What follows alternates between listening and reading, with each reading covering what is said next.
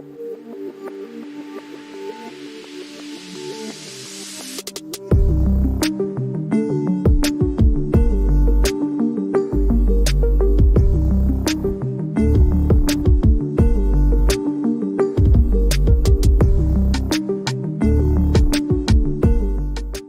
to the intersection of technology, cybersecurity, and society. Welcome to ITSPmagazine Podcast Radio. You're about to listen to a new Redefining Technology podcast. Standing on 2 feet, having dexterous hands, developing a language that allows us to communicate, and the ability to understand abstract concepts. These are all part of the equation of humanity. Still, it is the capacity to create tools and advance the technology that has allowed us to thrive on this planet, and maybe on others. Knowledge is power, now more than ever.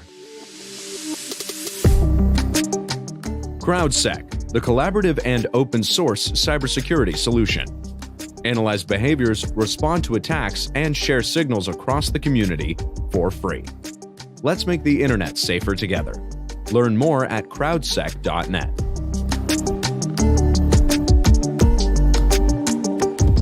Devo unlocks the full value of machine data for the world's most instrumented enterprises. The Devo Data Analytics Platform addresses the explosion in volume of machine data and the crushing demands of algorithms and automation. Learn more at devo.com. Hello, everyone. You're very welcome to a new Redefining Technology podcast here on ITSP Magazine. This is Sean Martin. I'm flying solo today. No Marco joining me. But I feel we're going to have a conversation full of goodness, even without Marco's presence, because I have the one and only Dr. Jonathan Reichental on. Jonathan, how are you? I'm good. It's good to see you, Sean. I always enjoy our conversations. I know.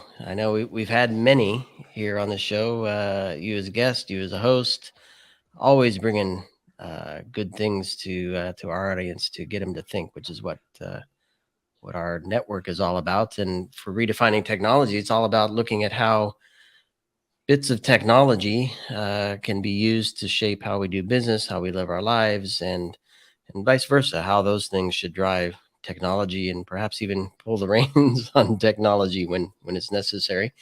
And I think when I'm going to start here before you let you say a few words about yourself, that just the idea that technology, for me, when I think about it from at the surface level, or my immediate thought is systems and applications, hardware and software.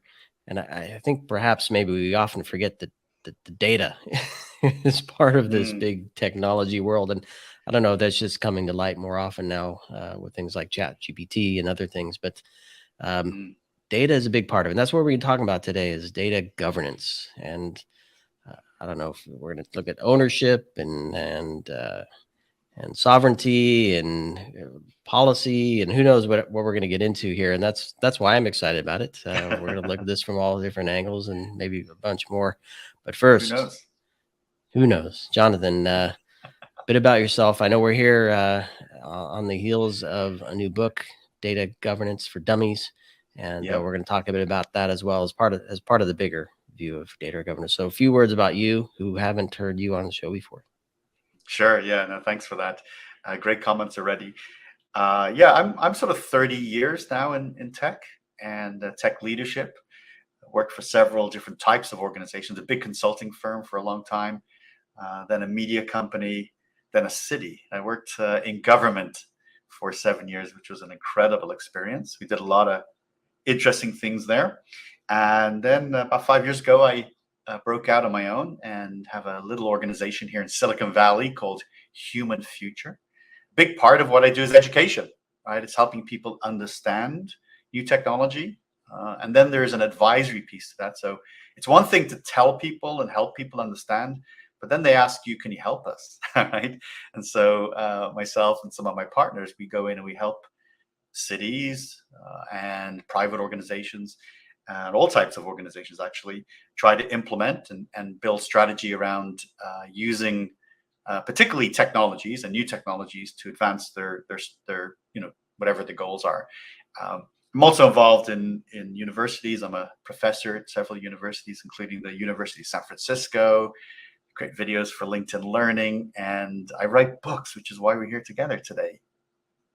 I love it. You're very prolific with the content, all paying it forward, which I love. That's And right. so I'm going to take you back in time a bit throughout some of your experiences, kind of to my point on how we view technology and versus and in relation to data as part of that technology picture. How Yeah. have things changed over time, and maybe where do we sit today with respect to data as a part of a bigger picture of technology? Yeah. I think that's the right question. Some folks ask me,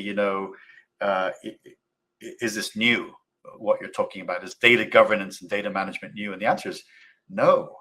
We've been managing and governing data for decades. Since the start of the information age. Right from the 1950s and 1960s onwards.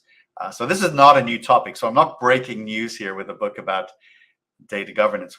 What's happened though, just in the last few years, is there has been a transformation in the volume, variety, and velocity of data. Something that really helps us define what we call now as big data. The sheer volume and the richness of the data that organizations have to consume, the data that organizations produce, have to store, have to protect, and manage. So let's put some numbers on that, right? We are now in the zettabyte era. Now you're in this, you're in tech, and you get that. A lot of people hear that word and like, I've never heard of that, right? I've heard of megabytes and gigabytes. I've even heard of terabytes, but I've never heard of a zettabyte. So what's a zettabyte? Well, you can go into a store today and buy a terabyte drive, a 1 terabyte drive. To get 1 zettabyte, you'd have to buy 1 billion of those. Okay, so it's 1 billion terabyte drives gives you a zettabyte. It's 1 with 21 zeros. And right now, annually, we're producing around 100 zettabytes as a society. And that's going to double in the next 2 years and will continue to increase. So organizations have to think about, well, on the back office, how do we protect that, right? That volume and scale, the sheer and the speed at which it's all being generated, and we're having to work with it is off the charts relative to even 5 years ago. So on the back office, are we protecting it? Do we have cybersecurity in place? Is it kept private? And many other aspects. On the sort of outward-facing view is, are we as an organization using data to grow the business, to innovate, to understand our customers and our marketplace? So I think that's what's changed. We've sort of turned a corner, and data has moved from being sort of this interesting and important part of our world to being now the most important asset in every organization. And by the way, having researched and written this book over the last year, I confidently say that. Right, a year ago, I don't know if I would have said it's the most important asset. Today, I'm okay saying that. And my last point would be to your question. Look, 90% or more of leaders want to build data-driven organizations. So this is a need. And as we look out over the next 12 to 18 months, over 30% of organizations are going to be investing heavily in data governance tools, training, and processes. So we've turned a corner. This is a big deal, and it's only going to get bigger in the years ahead. Yeah, I love it. And before we get into some of the governance stuff, I'm gonna take one more moment to keep us in the past. And I remember back in the day, I'm going to date myself or age myself here, AS400 and JD Edwards and OS 360, not OS. Yes. Yeah, OS 360. Yeah. But these mainframe-like and mainframe actual systems that did purpose-built things with specific sets of data, and they were connected together in a specific way, and they're fairly self-contained. I mean, in my early days, I was responsible for connecting them to Windows machines and networks across the nation, which was fun, in different applications. But I guess my point is, it's not a specific data set. There's multiple data sources, gazillions amounts of metadata that gets involved, Yep. and tons of applications connecting presumably through APIs, doing things with and to and around all this data. Yes. So all of that to me says business has changed as well. So I don't know if in the context of looking at data, how has business changed over the years? Yeah, radically. Oh, every organization is a technology organization today in some way. Is it possible to run a business today or any organization without tech at the core? I don't think so. Whether you're running a farm or an airport or a factory or even a small retail store, you're using tech. You're using digital tools, and that's the big change. It's the digital transformation of business and organizations. We were back just not so long ago, barely a few decades. We had the first sort of phase of the web, right, which was just sort of static pages. We called it Web 1.0. Then we saw an experiences moving to Web 2.0, which is sort of the interactive web. Well, now clearly we're in a third wave of the internet and the web, where everything's getting connected, and more and more people, of course, but more and more things. So things are producing data. The Internet of Things, your thermostat, us right now, you, Sean, you and I on this podcast together. Just this event that we're having together here is generating enormous volumes of data. So yeah, that's the big shift, is the analog to digital, the atoms to bits, making that change. And it's not just about taking, paper processes and making digital. What the digital transformation has done over the last, let's say, 5 years, and will continue to do, is reinvent business. It's about reinventing how we deliver business. And the underlying engine, the new oil of all that, sorry to use such a cliche, but it's a good one, is data. And data is not only the input to this, but it's also the product of all of this. Yeah, and I know somebody who has a personal. I don't know if he actually does it as a business, but he has a personal bee farm where he's collecting honey, and it's completely decked out digitally. Yeah. And I guess to your point, it's not just turning paper into machines and Yes. and data. It's what we see and what we hear and what we taste, perhaps even at some point, and how we feel about all of that can come together digitally. Now, where I want to take us is, so with that stage set, there's clearly a need for you. Well, not a need for you, a need in the market for help with data governance. So what were kind of the drivers for you to write this book? Who are you targeting it to, and what were some of the challenges they were facing that you think this book would help? Well, it's an interesting storyline, how I got to the point of writing this book. It's one of those things, if you think back a few years in your life and you were thinking, would I have anticipated what I'm doing right now, back then? I don't think I would have guessed I was going to write a data governance for dummies book. But then, now I can reflect a little bit and say, well, probably that was where things were headed. Look, I've been in tech 30 years, so data and data management, and to some degree, data governance has just been part of my life.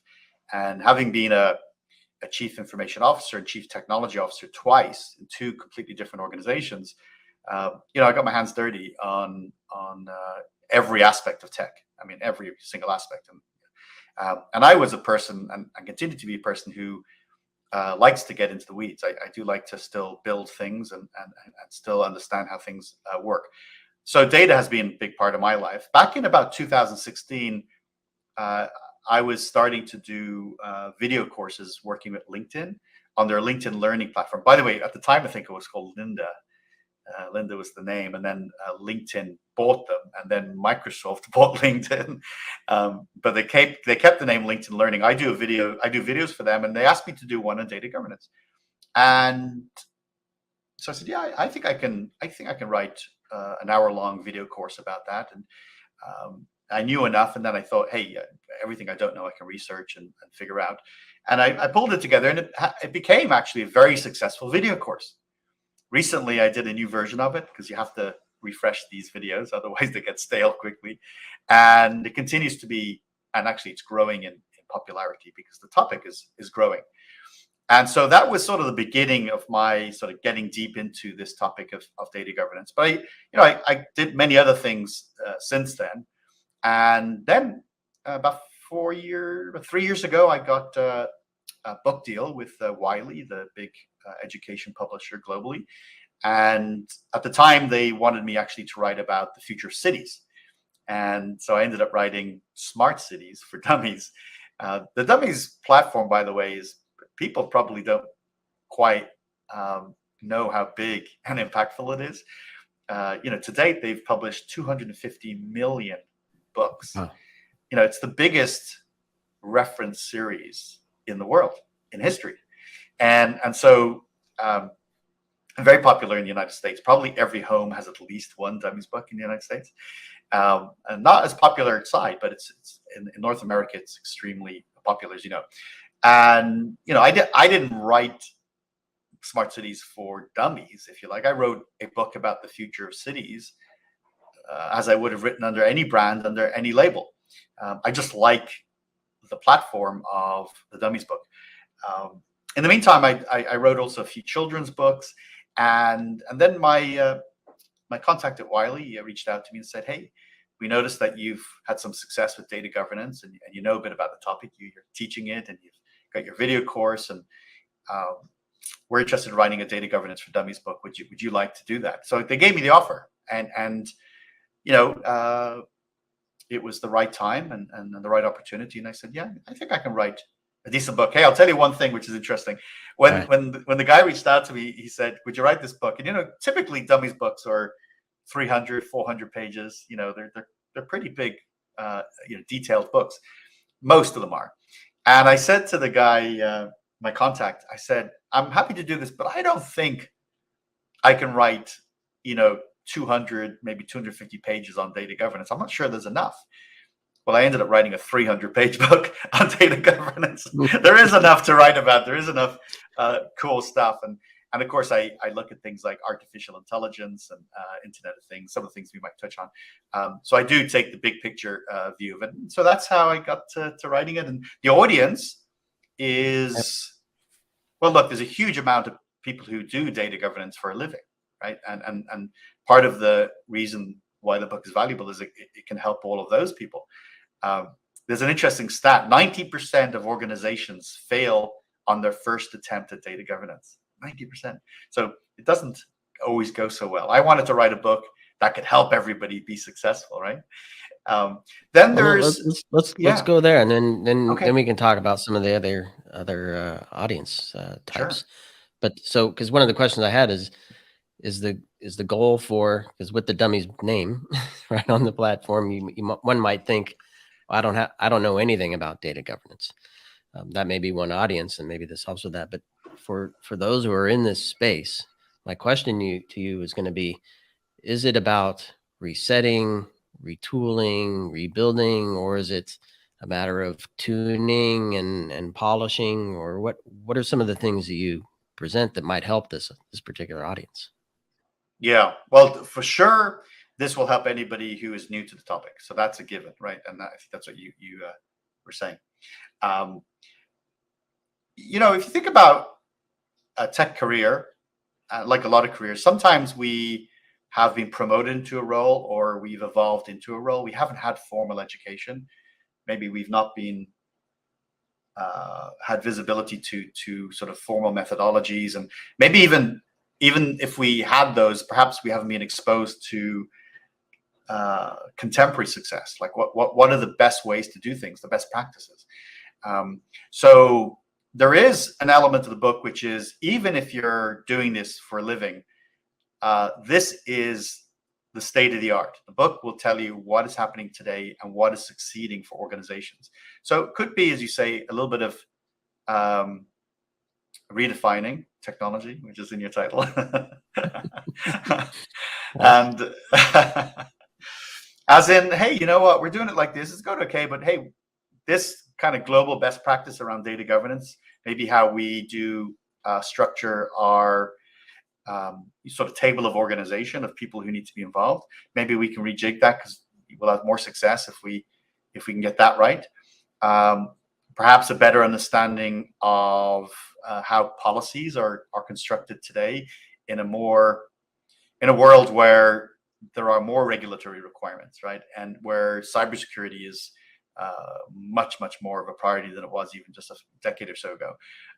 So there is definitely a high volume, a high degree of value for existing people who practice this every day. But the ecosystem is large. I mean, I want to be able to convince CEOs that data is their most valuable asset, and here's how you can make that happen. Do the data governance people, do they know that they're the data governance people? I'm just wondering, is there a time where, I don't know if some percentage, but where somebody's in a role doing a number of things with technology and some business processes, trying to reach some outcome, and in there is an element of data governance. And then of course there's the opposite spectrum where somebody's hired as the data governance officer or data protection officer or whatever it might be. Mm-hmm. I think all that exists in organizations. It becomes, this is quite intuitive, right? As a company gets bigger, it gets more formal. And the more regulated your business is, the more formal it is. Like if you're in the healthcare industry, you really care about data governance, because you can get into a lot of trouble. There's the fines, and the penalties, and there's a lot of negative impacts if you don't actually follow some core data governance principles. Small businesses, startup, doesn't care. Does it have types? No, that. It's like, because a startup, everybody does everything, right? Really does everything. And so at the large banks, the large hospitals, the big companies, they're doing different forms of data governance, data management. This will help them even make it better. It'll also remind and position them to think of data governance as a way to grow the business and to innovate. That's where I like to stress that there's value here beyond just the cybersecurity, the back office things. Important, but CEOs don't really care about that stuff. They just want people to take care of it. What they really care about is, how do we grow the business? How do we continue to be relevant? How do we sustain the business? And that's where I spend time, because that's the real added value. Where we don't see data governance done well is in the mid-tier, the sort of medium-sized businesses. They need to be doing something, right? And it could be, to your point, that somebody has the job of, if you like, well, look, if you have any title around security, you're in data governance. You are, just by default. Like if your job requires you to do system administration, where you give access to or take access away, you're kind of in the data governance business straight away. So yeah, you don't need the title to be doing the work. As data increasingly becomes the core of every organization's success, or at least the biggest contributor towards it, more focus will be on formalizing the roles and putting structure to it. I think that's where we're headed. Yeah, the structure piece. And I'm just, as you're talking there, thinking about somebody in the security or the IT admin roles.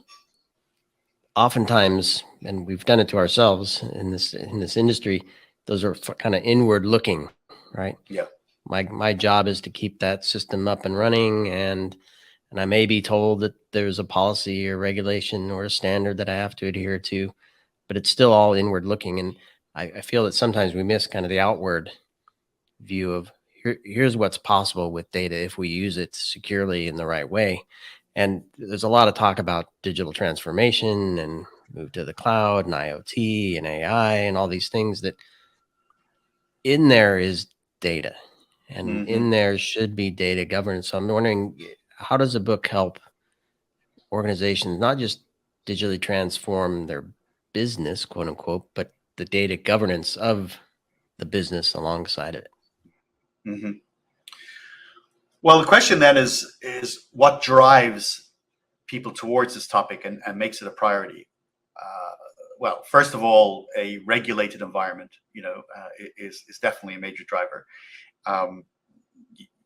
Again, to sort of stress, if you're handling healthcare data or financial information, and there's a whole lot of other industries where you have to be compliant or you get large fines. In some cases, leaders can go to prison. It's that serious if you don't manage your business and your data correctly, or you do things that are just not allowed or appropriate, right? You break the law.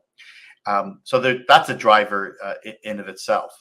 Many organizations are struggling with data. They don't know, for example, how best to organize around cybersecurity requirements and privacy requirements, and they certainly are struggling now with using data as an asset towards innovation and growth. So that's a little bit of a driver here. So what I make the case early in the book around is, why data governance, right? Number one is compliance and regulatory needs. 3 is cybersecurity. 4 is innovation and business growth. And there's a longer list of other things, but those are pretty important, very important. Yeah. I wanted to pause you quick. Yeah, oh yeah, go for yeah, it. please. Well, maybe you're going to get there. My apologies. I just wanted to say, as a kind of, because sometimes this can be abstract, right? It can be a little bit sort of, I'm not quite getting it. One of the ways that you can get it is, can a person find the data they need within the organization? And when they find it, what do they know about it? Is it current? Who does the data belong to? Who can see it? Those are 2 questions that a lot of organizations can't answer well. That they can't find the data within their enterprise, and they don't know anything about it, assuming they can find it, right?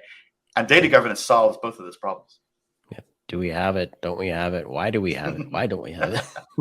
Or why don't we have it? Or why do we have it is probably another question. And yes, I was kind of going to that point, because if we were on my show, Redefining Cybersecurity, I often draw people all the way up front to say, if we can look at security as we're defining the business outcome, we might choose to develop the business in a different way, using technology, of course. So I have that similar thought here, of course, because that's just how my brain works. But if we can look at the data governance requirements in a clear, concise way, as I presume you present in the book, perhaps we would develop the technology in a different way, using a different stack, collecting and generating data in different ways, only where we need to, and not where it might put us at risk or expose us to things we don't want to be exposed to. Yeah. At that point, because you said a lot of companies are struggling with, I don't know, how they store the data, who are maintaining access to the data. If you define that in a good way to begin with, you kind of eliminate some of the headache perhaps downstream. I think that's right. The limitation in the short term is that you're often sort of backing into an existing environment. If you run a medium to large size business, you don't really have the luxury of redesigning quickly. And so many organizations have grown, certainly in the technology stack, organically. I mean, the last few years have been sort of chaos and mayhem, right? As individuals have used their credit card to buy cloud services. I mean, most organizations don't even know what they have or where the data is or who's using it. Now, there's some good tools, some really good cybersecurity tools that are emerging that are helping with that, bringing some order to the chaos, right? So what you're doing, what you're really saying is, so the company says, we've kind of been informally doing data governance, but now we want to actually move to a formal data governance program. And I hope lots of businesses will make that choice, and they need to make that choice. I know that their leaders want that, because the data tells us really, really clearly that leaders want their businesses to be data driven, regulated, compliant, and innovation, focused. So data governance is a very big part of that. So now you decide, hey, we want to do this more formally, and my book goes through the steps. You've got to have a data strategy. Look, if you're listening to this and you have anything to do with this topic, does your organization have a data strategy, like a well understood, articulated, up to date one that you're executing on? That's a good. If you don't, and it's okay if you don't, because so many don't. Let's change that. Let's create a sort of a vision for what the role of data is, roles and responsibilities, budgeting, the tools, the training, all the stuff that will make you into an organization that values and recognizes data as your number one asset. And then you build from that, broadly an enterprise architecture, right? Which is more to your point. If you have agreement on that and the solutions within that, now you're making that migration over time. You're buying different tools, you're architecting your APIs in a certain way, and over some time, with the right amount of investment, you're trending in the right direction. That's the best case scenario. So, as you're describing that now, I'm thinking the word governance. Once you start to put, going backwards, a plan in place and an architecture and a design and somebody overseeing it all, formal processes can weigh things down, perhaps. Yes. Block things. I know cybersecurity processes, they're often viewed as the Department of No, right? And governance kind of leaves me with that similar taste. Yeah. So talk to me about that. If that is reality, and if so, how does an organization overcome that? I love it. That's very insightful, that question. This is one of the reasons why leaders do push back on this before they do it or before they fully understand it. Some advisor, some leader comes in front of the C-suite or the board and says, we need to implement data governance. Immediately what everyone thinks is, oh my goodness, more overhead, more bureaucracy. It's going to slow us down, less innovation. I talk about this in the book, how to overcome this. So there's a number of ways we can think about it. Small organizations need not worry about that. Small to medium. Data governance can be very light touch, very lightweight. Having some a modicum of light policies, some defined roles and responsibilities of existing staff. I'm not talking about hiring new staff. A better appreciation of the role of data. Those things actually can be and should be implemented in a lightweight fashion. And in fact, because the other thing people think about is this is going to be expensive, right? It's going to cost us a fortune. You don't even have to buy, incredibly expensive tools. A lot can be achieved with the existing tool sets you have, or some very low cost, cloud-based solutions. So again, not a lot of cost and not a lot of overhead for those small to medium businesses. So immediately, I want to put your mind at ease. You can get real good results with light effort. Now, as we enter into the big companies, the big, the big tech, the big healthcare, the big automotive companies, and the multi-billion-dollar businesses, there is complexity there, and there are massive risks, but there's also big innovation demands. So you're going to have a higher degree of formality in the bigger organizations. Some of it will be absolutely required, again, so you comply, and some of it will be by choice. But I was very conscious of this question and this thought as I wrote this book, because I don't want to be the bureaucrat. I don't want to be the guy who sort of imposes unnecessary overhead, because that just doesn't feel like I'm adding value. I wanted to be the person who said, how can you do this so you get all the benefits, but without a lot of the downsides? As you pointed out in the question, we have to have cybersecurity today. We have to have cybersecurity, right? And so it doesn't come without any cost. It's not free. It does impose a burden. And how you do that is up to each organization, what level of burden there is. Data governance at the big company level is going to impose a slightly higher degree of rigor. That is a type of burden. But you've got to design it right and work with the right people to make that happen, and use the right tools. Some of it, like, for example, the being able to find the right data, thus that you can analyze it and get better results and be more data driven. that's worth having the overhead, right? Because leaders want that. They want to know the answers. They want to be able to make better decisions. So it's a trade-off. We want the benefits. Yeah, we know it's going to be a little bit more rigorous, early in the processes. And I have a zillion questions on my mind, but we're coming up close to time here. Sure.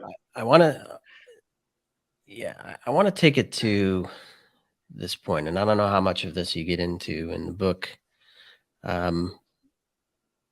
So some of this data certainly is IP, right? Company information that the company wants to protect. But in this data set within an organization, there is employee data, there is partner data, and most certainly customer data if we're doing a B2C or a or a G2C, right? The citizen. In your government stint, you know that. So how does the end user, regardless of who they are and the role they play in this, how do they fit into this picture? Because I know there are regulations designed to help protect, but you early on you talked about Web3, which is in part a big push to give data control back to the user in some ways, right? So I don't know, maybe the question for you is, in the book, do you get into some of the preparations for the future, like things like Web3? Maybe that's a better question to keep it on track with the book. Yeah, no, appreciate that.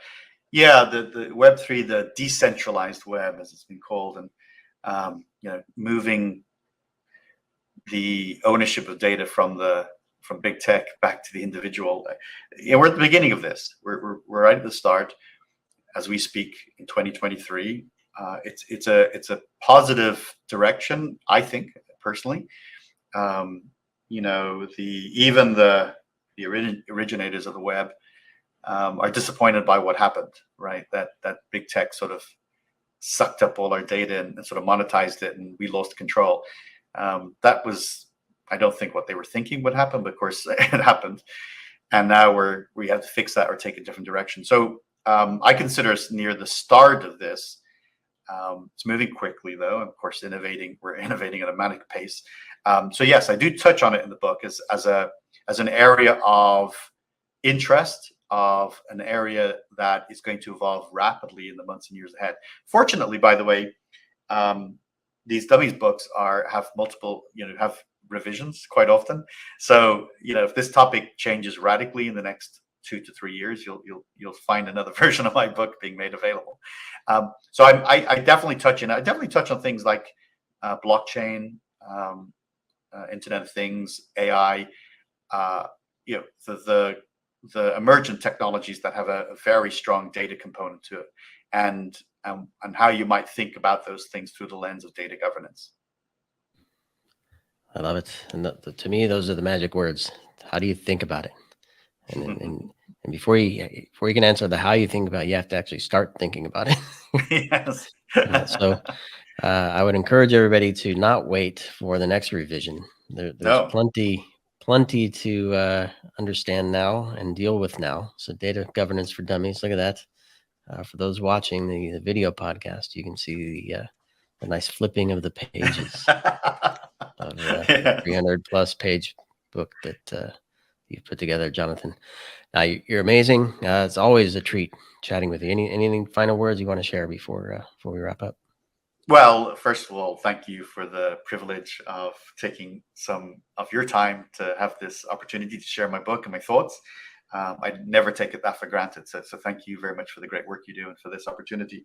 The book is available everywhere. I would encourage you to find it at your local bookstore or brick and mortar retail. But if you can't, it's definitely online as well. So you can just do a search, Data Governance for Dummies. It's easy to find, and I hope you enjoy it. And if you buy it and it's useful to you, write a review and let me know what you think. Thank you. Absolutely. And for those listening, we'll be sure to include all your links to your social profiles and a link to the book. either through directly or through your website, or however we find best to do that. But we won't make it hard for folks to find that piece of data for them to learn. So thanks everybody for listening, and thank you, Jonathan, for another great chat here on Redefining Technology on ITSP Magazine. Devo unlocks the full value of machine data for the world's most instrumented enterprises. The Devo Data Analytics Platform addresses the explosion in volume of machine data and the crushing demands of algorithms and automation. Learn more at devo.com. CrowdSec, the collaborative and open source cybersecurity solution. Analyze behaviors, respond to attacks, and share signals across the community for free. Let's make the internet safer together. Learn more at crowdsec.net. We hope you enjoyed this episode of Redefining Technology podcast. If you learned something new and this podcast made you think, then share ITSPmagazine.com with your friends, family, and colleagues. If you represent a company and wish to associate your brand with our conversations, sponsor one or more of our podcast channels. We hope you will come back for more stories and follow us on our journey.